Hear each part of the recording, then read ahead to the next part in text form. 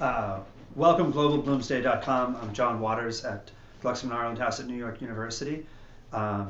Thanks to Yvonne Thunder and the great team at the James Joyce Center in Dublin for pulling this together.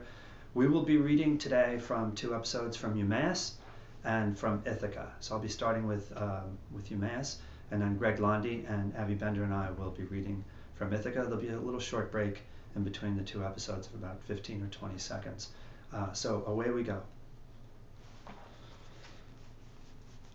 Seeing that the ruse worked and the coast was clear, they left the shelty or shanty together, and the elite society of Oilskin and Company, whom nothing short of an earthquake would move out of their dulce far niente. Stephen, who confessed to still feeling poorly and fagged out, paused for a moment, the door to. One thing I never understood, he said, to be original on the spur of the moment. Why they put tables upside down at night? I mean, chairs upside down on the tables in cafes. To which impromptu the never-failing Bloom replied without a moment's hesitation, staying straight off, to sweep the floor in the morning. So saying, he skipped around nimbly, considering frankly, at the same time apologetic, to get on his companion's right, a habit of his, by the by, the right side being, in classical idiom, his tender Achilles. The night air was certainly now a treat to breathe, though Stephen was a bit weak on his pins. It will, the air, do you good, Bloom said, meaning also the walk, in a moment. The only thing is to walk, then you'll feel a different man. It's not far. Lean on me. Accordingly, he passed his left arm in Stephen's right and led him on accordingly. Yes, Stephen said uncertainly, because he thought he felt a strange kind of flesh of a different man approach him, sinewless and wobbly and all that. Anyhow, they passed the sentry box with stones, brazier, etc., where the municipal supernumerary, ex-Gumley, was still to all intents and purposes wrapped in the arms of Murphy, as the adage has it, dreaming of fresh fields and pastures new. And apropos of coffin of stones, the analogy was not at all bad, as it was in fact a stoning to death on the part of 72 out of 80-odd constituencies that ratted at the time of the split, and chiefly belauded the peasant class, probably the self-same evicted tenants he had put in their holdings. So they passed on to chatting about music, a form of art for which Bloom, as a pure amateur, possessed the greatest love, as they made tracks arm in arm across Beresford Place. Wagnerian music, though confessedly grand in its way, was a bit too heavy for Bloom and hard to follow at the first go-off, but the music of Mercadante's Huguenots, Meyerbeer's Seven Last Words on the Cross, and Mozart's 12th Mass, he simply revelled in, the Gloria in that being to his mind the acme of first-class music as such, literally knocking everything else into a cocked hat. He infinitely preferred the sacred music of the Catholic Church to anything the opposite shop could offer in that line, such as those moody and sankey hymns, or Bid me to live, and I will live thy Protestant to be. He also yielded to none in his admiration of Rossini's Stabat Mater, a work simply abounding in immortal numbers, in which his wife, Madame Marion Tweedy, made a hit, a veritable sensation, he might safely say, greatly adding to her other laurels, and putting the others totally in the shade in the Jesuit Father's Church in Upper Gardner Street, the sacred edifice being thronged to the doors to hear her with virtuosos, or virtuosi, rather. There was the unanimous opinion that there was none to come up to her, and suffice it to say, in a place of worship for music of a sacred character, there was a generally voiced desire for an encore. On the whole, though, favourably preferring light opera of the Don Giovanni description, and Martha, a Geminit's line, he had a penchant, though with only a surface knowledge, for the severe classical school, such as Mendelssohn. And talking of that, taking it for granted he knew all about the old favourites, he mentioned par excellence Lionel's air Martha M'Apparai, which, curious enough, he heard, or overheard, to be more accurate, on yesterday, a privilege he keenly appreciated, from the lips of Stephen's respected father, sung to perfection, a study of the number, in fact, which made all the others take a back seat. Stephen, in reply to a politely put query, said he didn't, but launched out into praises of Shakespeare's songs, at least of in or about that period. The lutenist Dowland, who lived in Fetter Lane near Gerard the herbalist, who anno laudino hausi duolandus, an instrument he was contemplating purchasing from Mr. Arnold Dolmetsch, whom Bloom did not quite recall, though the name certainly sounded familiar, for 65 guineas, and Farnaby and Son with their dukes and commies, conceits, and Bird, William, who played the virginals, he said, in the Queen's Chapel, or anywhere else he found them, and one Tompkins, who made toys of or airs for, and John Bull. On the roadway which they were approaching, while still speaking beyond the swing chain, A horse, dragging a sweeper, paced on the paven ground, brushing a long swathe of mire up, so that with the noise Bloom was not perfectly certain whether he had caught aright the allusion to 65 guineas and John Bull. He inquired if it was John Bull, the political celebrity of that ilk, as it struck him, the two identical names, as a striking coincidence. By the chains the horse slowly swerved to turn, which perceiving Bloom, who was keeping a sharp lookout as usual, plucked the other's sleeve gently, jocosely remarking, "Our lives are in peril tonight. Beware of the steam-roller." They thereupon stopped. Bloom looked at the head of a horse, not worth anything like 65 guineas, suddenly in evidence in the dark quite near, so that it seemed new, a different grouping of bones and even flesh, because palpably it was a fore-walker, a hip-shaker, a black-buttocker, a tail-dangler, a head-hanger, putting his hind foot foremost while the lord of his creation sat on the perch, busy with his thoughts. But such a good poor brute! He was sorry he hadn't a lump of sugar, but, as he wisely reflected, you could scarcely be prepared for every emergency that might crop up. He was just a big, foolish, nervous, noodly kind of a horse, without a second care in the world. But even a dog, he reflected, take that mongrel and Barney Kiernan's of the same size, would be a holy hard of face. But it was no animal's fault in particular if he was built that way, like the camel, ship of the desert, distilling grapes into poteen in his hump. 9/10 of them all could be caged or trained. Nothing beyond the art of man, barring the bees. Whale with a harpoon hairpin, alligator, tickle the small of his back and he sees the joke. Chalk a circle for a rooster. Tiger my eagle eye. These timely reflections anent the brutes of the field occupied his mind, somewhat distracted from Stephen's words, while the ship of the street was manoeuvring, and Stephen went on about the highly interesting old... "What's this I was saying? Ah, yes, my wife," he intimated, plunging in medias res, "would have the greatest of pleasure in making your acquaintance, as she is passionately attached to music of any kind." He looked sideways in a friendly fashion at the side face of Stephen, image of his mother, which was not quite the same as the usual blackguard type he unquestionably had an insatiable hankering after, as he was perhaps not that way built. Still, supposing he had his father's gift, as he more than suspected, it opened up new vistas in his mind, such as Lady Fingal's Irish Industries, concert on the preceding Monday, and aristocracy in general. Exquisite variations he was now describing on an air, "Youth Here Has End," by Jans Peter Sweelinck, a Dutchman of Amsterdam, where the Fraus come from. Even more he liked an old German song of Johannes Jeep, about the clear sea and the voices of sirens, sweet murderers of men, which boggled Bloom a bit. "Van der Sieren in Lichts gekickt, tun die Porten dichten." These opening bars he sang and translated extempore. Bloom, nodding, said he perfectly understood and begged him to go on by all means, which he did.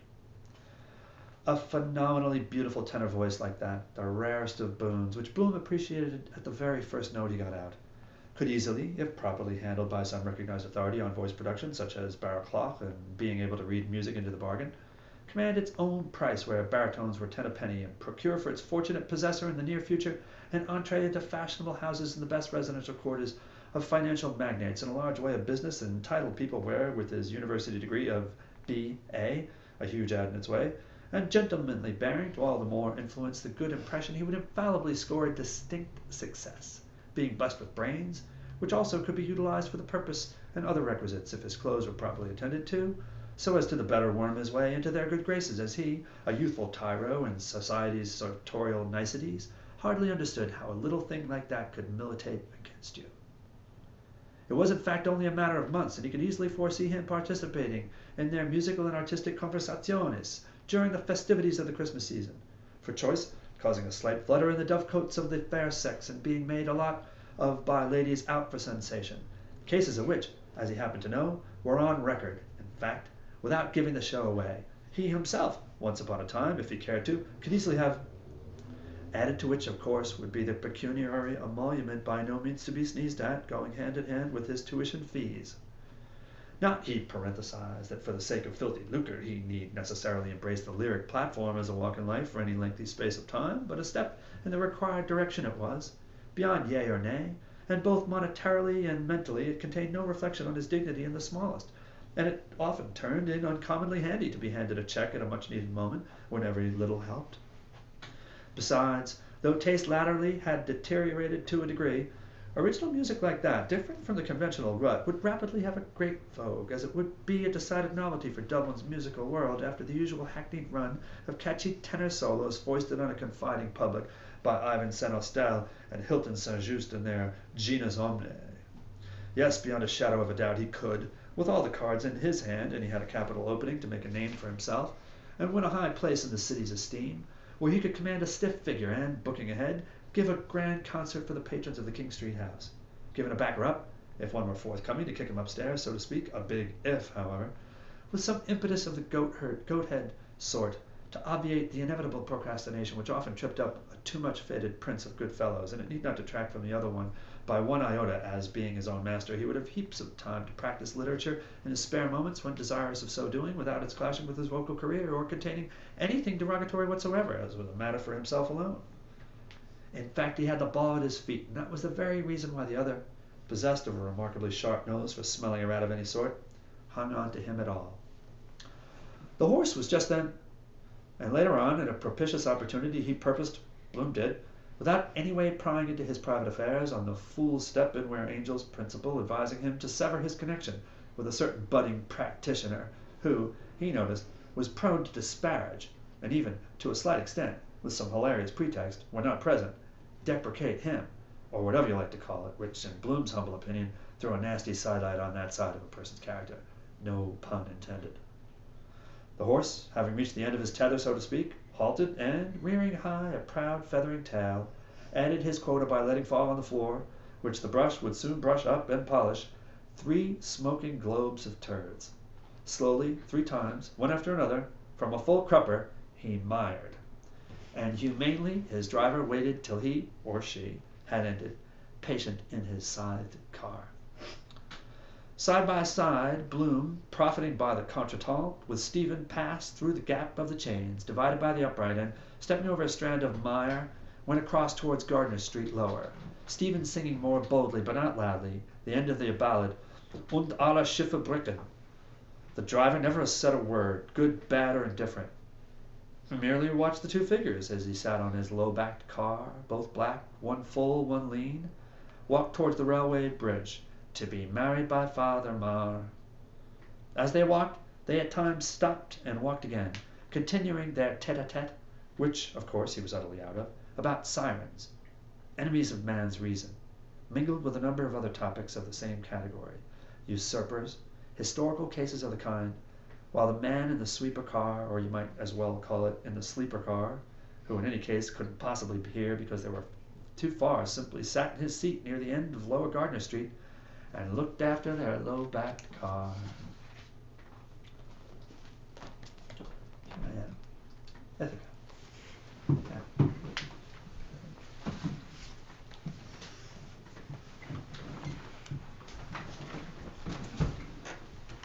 What parallel course did Bloom and Stephen follow returning?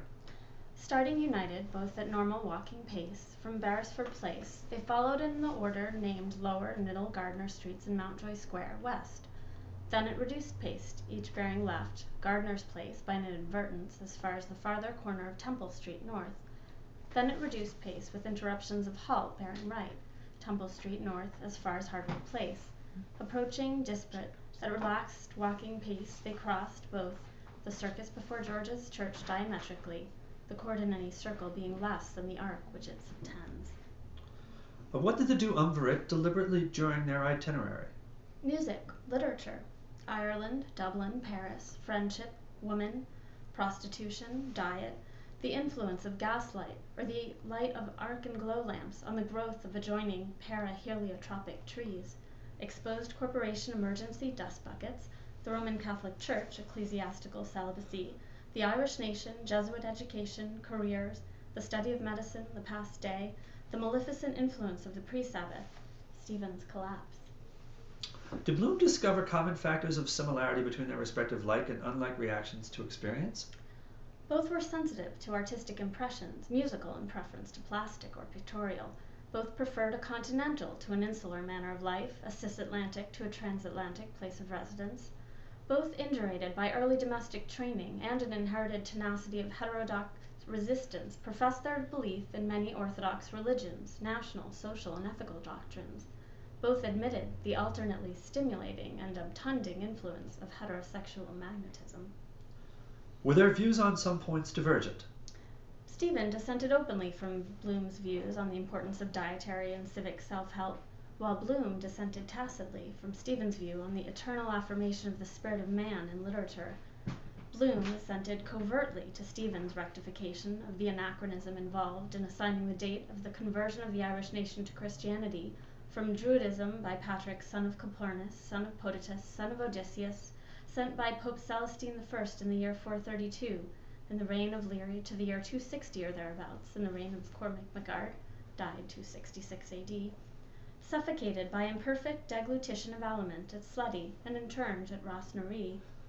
The collapse which Bloom ascribed to gastric inundation and certain chemical compounds of varying degrees of adulteration and alcoholic strength, accelerated by mental exertion and the velocity of rapid circular motion in a relaxing atmosphere, Stephen attributed to the reapparition of a matutinal cloud, perceived by both from two different points of observation, Sandycove and Dublin, at first no bigger than a woman's hand.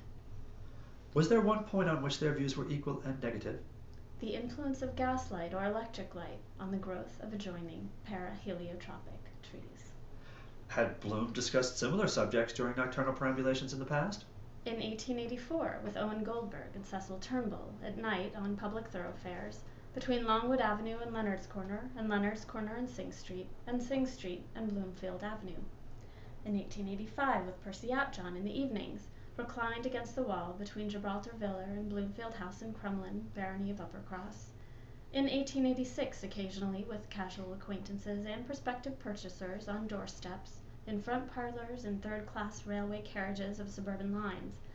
In 1888, frequently with Major Brian Tweedy and his daughter, Miss Marion Tweedy, together and separately on the lounge in Matthew Dillon's house in Roundtown.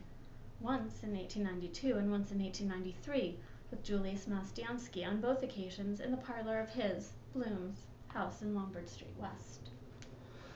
What reflection concerning the irregular sequence of dates 1884, 1885, 1886, 1888, 1892, 1893, 1904 did Bloom make before their arrival at their destination? He reflected that the progressive extension of the field of individual development and experience was regressively accompanied by a restriction of the converse domain of inter-individual relations. As in what ways?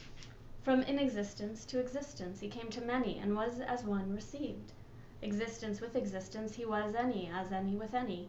From existence to non-existence, gone he would be by all, as none perceived. What act did Bloom make on their arrival at their destination? At the house steps of the fourth of the equally different, uneven numbers, number 7 Eccles Street, he inserted his hand mechanically into the back pocket of his trousers to obtain his latchkey. Was it there? It was in the corresponding pocket of the trousers which he had worn on the day but one preceding. Why was he doubly irritated? Because he had forgotten, and because he remembered that he had reminded himself twice not to forget. What were then the alternatives before the premeditatedly, respectively, and inadvertently keyless couple? To enter or not to enter. To knock or not to knock. Bloom's decision? A stratagem.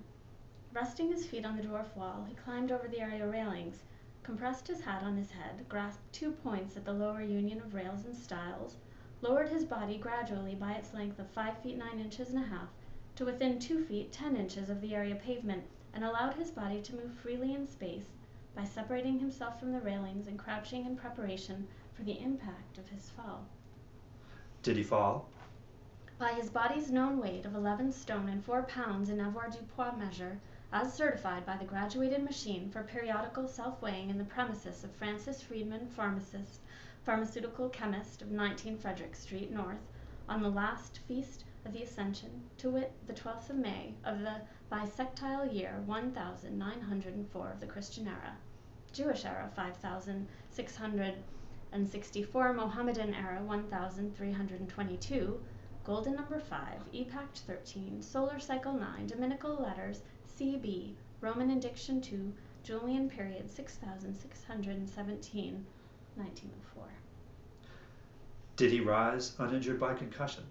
Regaining new stable equilibrium, he rose uninjured, though concussed by the impact, raised the latch of the area door by the exertion of force at its freely moving flange, and by leverage of the first kind, applied at fulcrum, gained retarded access to the kitchen through the sub-adjacent scullery, ignited a lucifer match by friction, set free inflammable coal gas by turning on the vent cock, lit a high flame which, by regulating, he reduced to quiescent candescence, and lit finally a portable candle.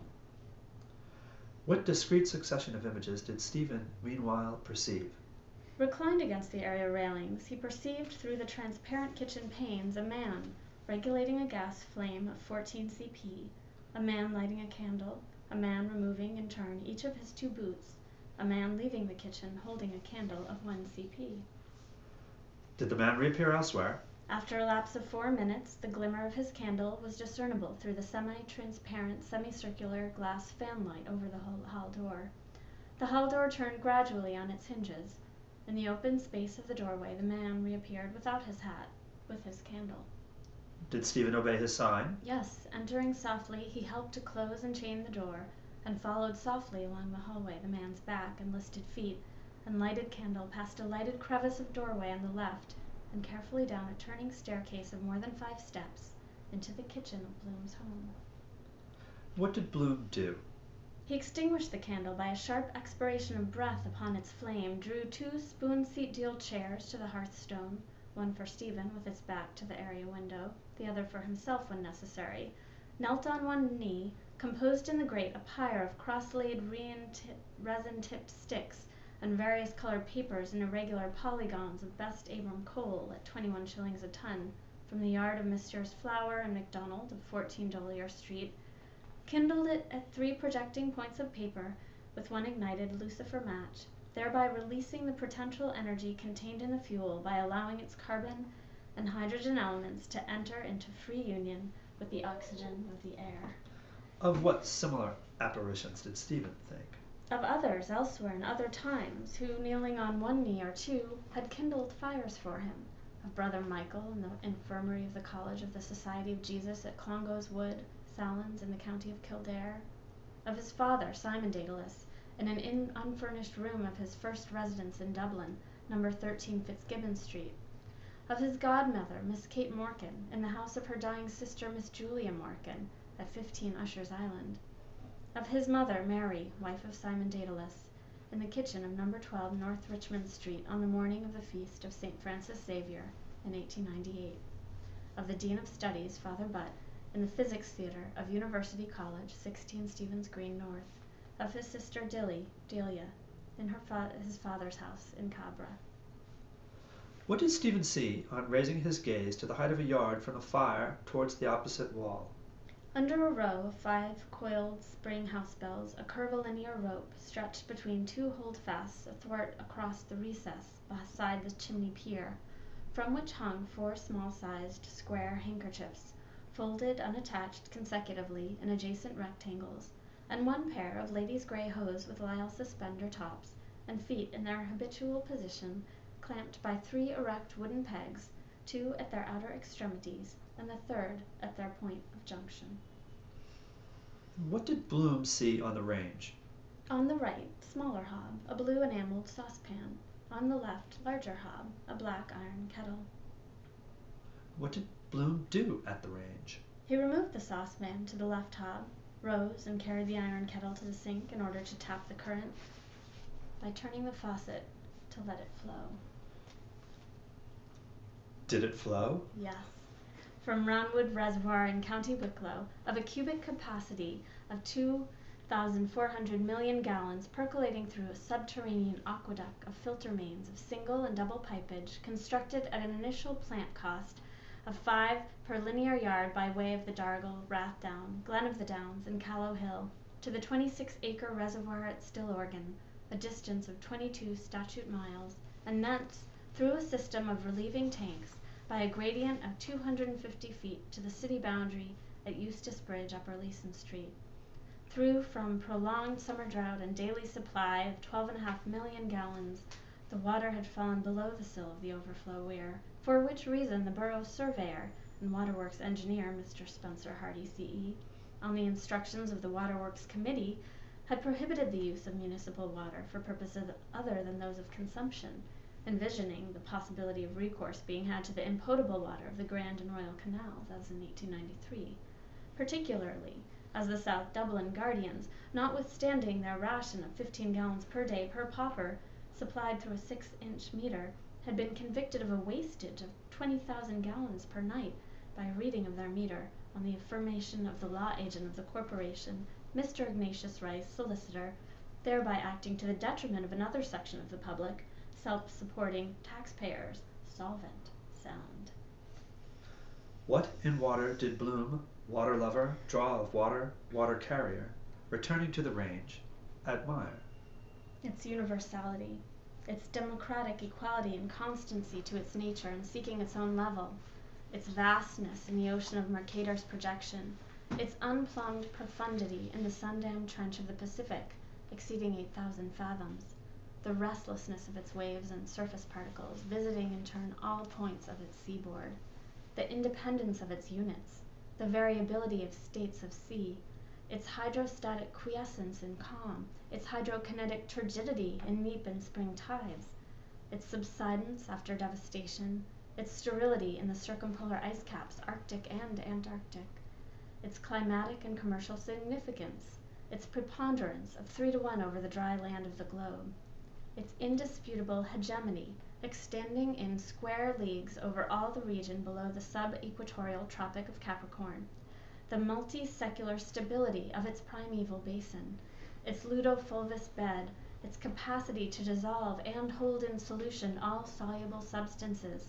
including millions of tons of the most precious metals, its slow erosions of peninsulas and downward tending promontories, its alluvial deposits, its weight and volume and density, its imperturbability in lagoons and highland tarns, its gradation of colors in the torrid and temperate and frigid zones, its vehicular ramifications in continental, lake-contained streams and confluent ocean-flowing rivers with their tributaries and transoceanic currents, Gulf Stream, north and south equatorial courses, its violence in sea quakes, waterspouts, artesian wells, eruptions, torrents, eddies, freshets, spates, groundswells, watersheds, water partings, geysers, cataracts, whirlpools, maelstroms, inundations, deluges, cloudbursts, its vast circumterrestrial ahorizontal curve, its secrecy in springs and latent humidity revealed by rhabdomantic or hydrometric instruments,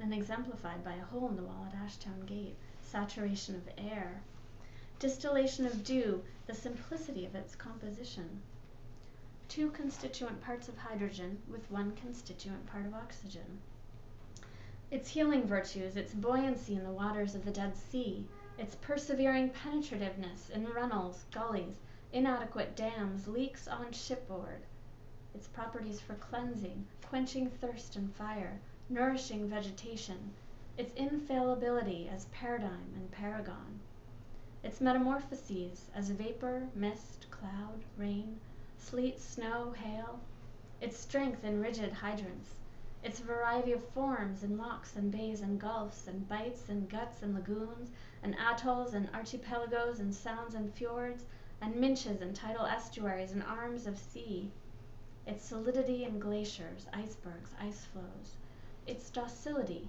in working hydraulic mill wheels, turbines, dynamos, electric power stations, bleach works, tanneries, scotch mills, its utility in canals, rivers, if navigable, floating and graving docks, its potentiality derivable from harnessed tides or watercourses falling from level to level, its submarine flora and fauna, and acoustic, photophobe, numerically if not literally the inhabitants of the globe, its ubiquity as consisting 90% of the human body, the noxiousness of its effluvia in lacustrine marshes, pestilential fens, faded flower water, stagnant pools, and the waning moon.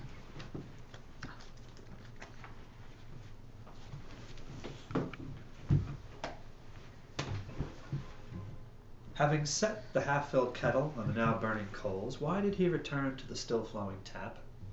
To wash his soiled hands with a partially consumed tablet of Barrington's lemon-flavored soap, to which paper still adhered.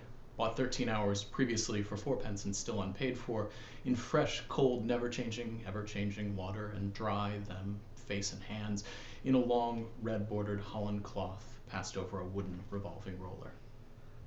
What reason did Stephen give for declining Bloom's offer? That he was hydrophobe, hating partial contact by immersion or total submersion in cold water, his last bath having taken place in the month of October in the preceding year, disliking the aqueous substances of glass and crystal, distrusting aquosities of thought and language.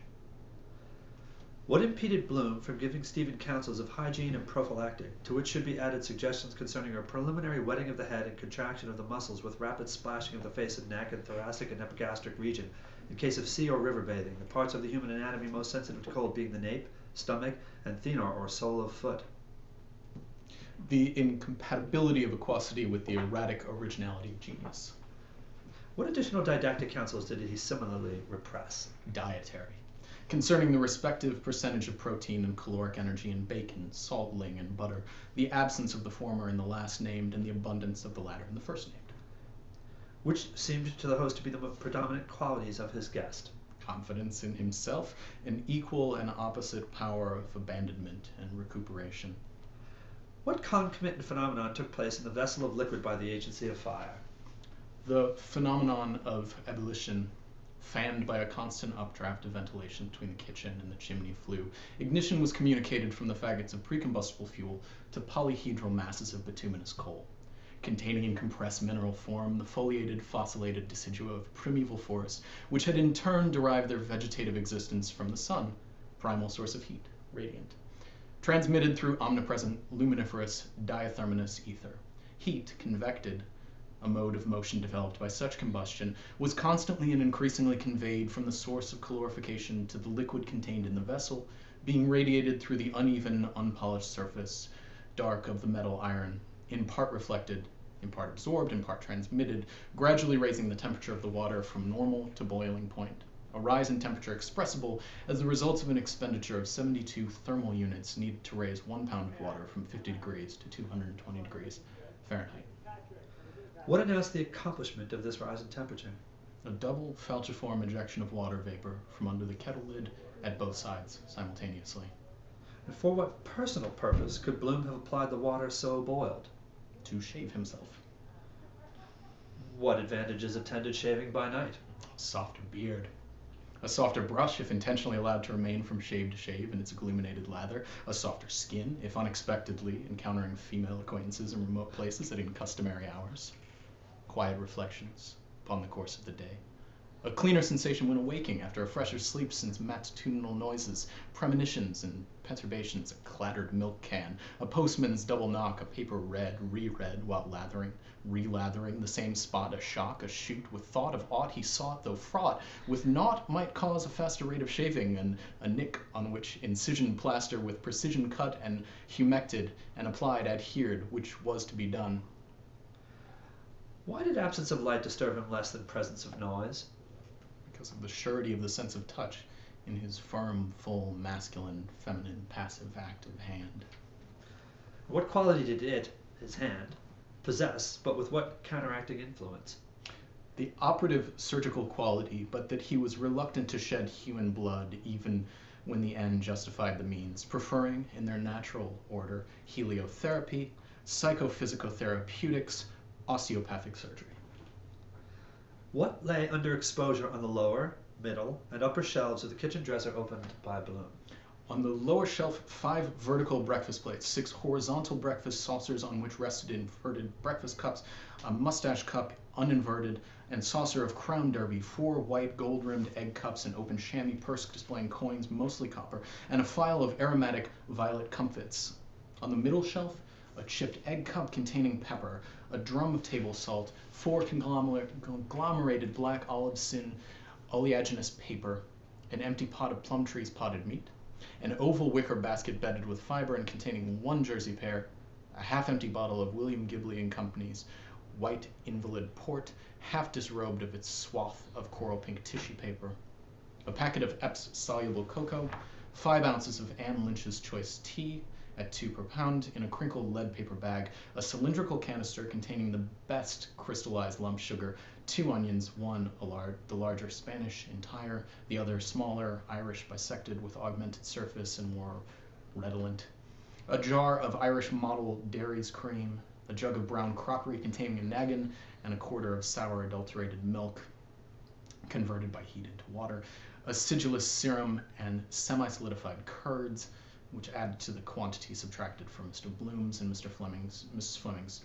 breakfast, made 1 imperial pint. The total quantity originally delivered 2 cloves, a halfpenny, and a small dish containing a slice of fresh rib steak. On the upper shelf, a battery of jam jars, empty, of various sizes and provenances. What attracted his attention lying on the apron of the dresser? 4 polygonal fragments of 2 lacerated scarlet betting tickets numbered 8, 87, 88-6. What reminiscences temporarily corrugated his brow?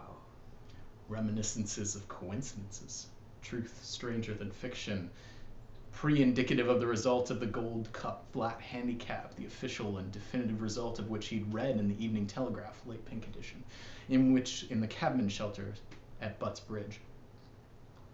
Where had previous intimations of the result, effected or projected, been received by him? In Bernard Kiernan's licensed premises, 8, 9, and 10 Little Britain Street, in David Byrne's licensed premises, 14 Duke Street, in O'Connell Street Lower, outside Gratham Lemons, when a dark man had placed his hand in a throwaway, subsequently thrown away, advertising Elijah, restorer of the Church of Zion.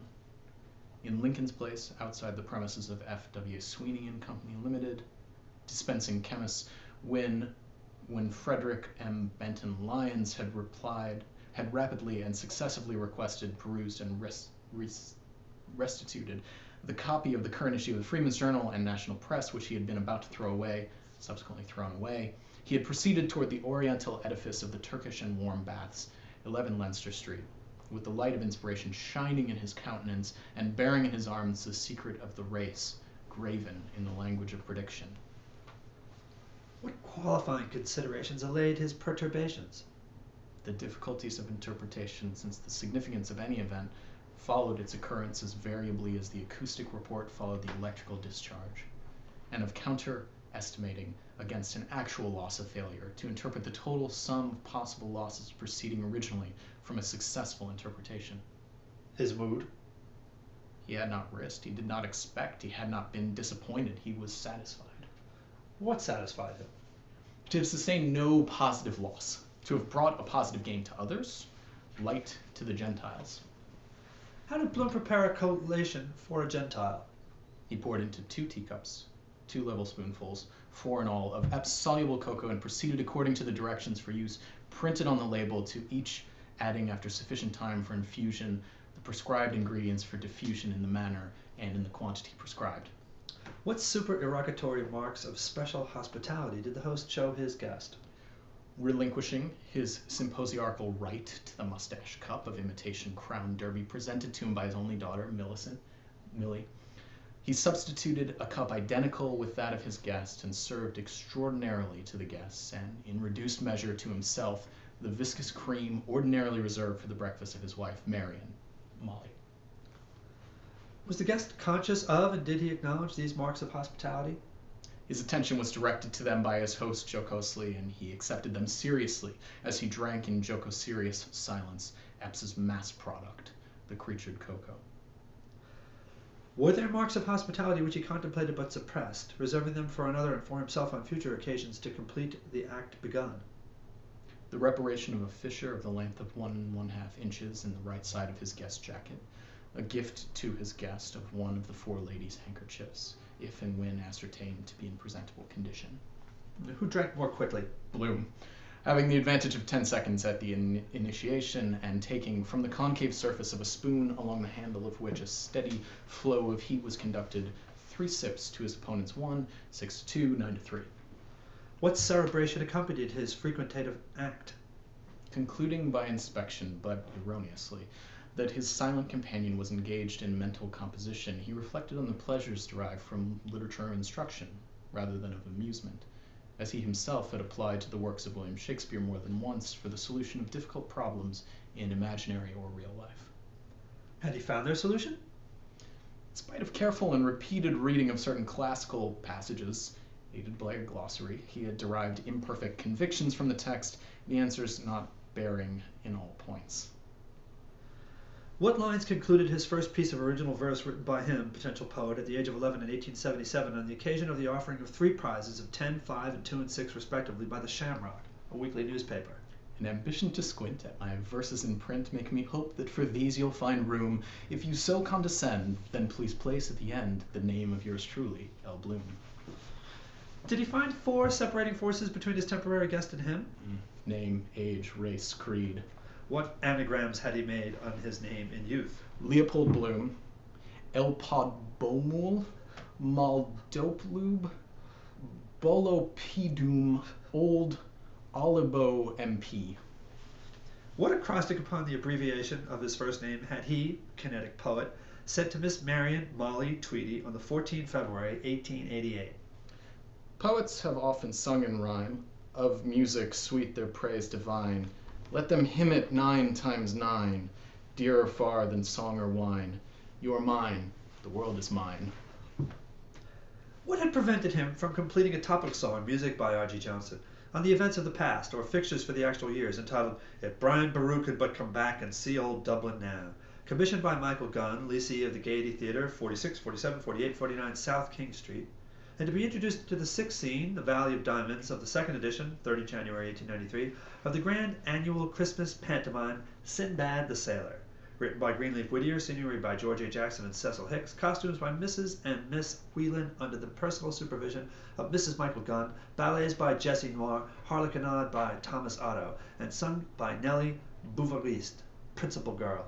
Firstly, oscillation between events of imperial and local interest, the anticipated Diamond Jubilee of Queen Victoria, born 1820, acceded 1837, and the post-dissipated opening of the new municipal fish market. Secondly, apprehension of opposition from extreme circles on the question of the respective visits of their Royal Highnesses the Duke and Duchess of York, real, and His Majesty King Brian Boru, imaginary. Thirdly, a conflict between professional etiquette and professional emulation concerning the recent erections of the Grand Lyric Hall on Burgh Quay and the Theatre Royal in Hawkins Street. Fourthly, distraction resultant from compassion for Nellie Bouvarist's non-intellectual, non-political, non-topical expression of countenance and concupiscence caused by Nellie Bouvarist's revelations of white articles of non-intellectual, non-political, non-topical underclothing, while she, Nellie Bouvarist, was in the articles. Fifthly, the difficulties of the selection of appropriate music and humorous allusions from everybody's book of jokes. 1,000 pages, and a laugh in every one. Sixthly, the rhymes, homophonous and cacophonous, associated with the names of the new Lord Mayor Daniel Tallon, the new High Sheriff Thomas Pyle, and the new Solicitor General Dunbar Plunkett Barton. What relation existed between their ages? 16 years before, in 1888, when Bloom was of Stephen's present age, Stephen was 6. 16 years after, in 1920, when Stephen would be of Bloom's present age, Bloom would be 54. In 1936, when Bloom would be 70 and Stephen 54, their ages initially in the ratio of 16 to 0 would be as 17.5 to 13.5. The proportion increasing and the disparity diminishing according as arbitrary future years were added. For if the proportion existing in 1883 had continued immutable, conceiving that to be possible, then till then, 1904, when Stephen was 22, Bloom would be 374. And in 1920, when Stephen would be 38, as Bloom was then, Bloom would be 646. While in 1952, when Stephen would have attained the maximum post-Diluvian age of 70, Bloom, being 1,190 years alive, having been born in the year 714, would have surpassed by 221 years the maximum antediluvian age, that of Methuselah, 969 years, while if Stephen would continue to live until he would attain that age in the year 3072 AD, Bloom would have been obliged to have been alive 83,300 years, having been obliged to have been born in the year 81396 BC. What events might nullify these calculations? The cessation of existence of both or either, the inauguration of a new era or calendar, the annihilation of the world, and consequent extermination of the human species. Inevitable, but unpredictable. How many previous encounters proved their pre-existing acquaintance? 2. The first in the lilac garden of Matthew Dillon's house, Medina Via, Kilmich Road, Roundtown, in 1887, in the company of Stephen's mother, Stephen being then the age of 5 and reluctant to give his hand in salutation. The second in the coffee room of Breslin's Hotel on a rainy Sunday in the January of 1892, in the company of Stephen's father and Stephen's granduncle, Stephen being then 5 years old. We've come to the end. Thank That's you. it from New York. Thanks a million. On, I think, to Chicago. So we're signing off from Glucksman Harlan House at NYU. Good luck to everyone. All the best. Thank you.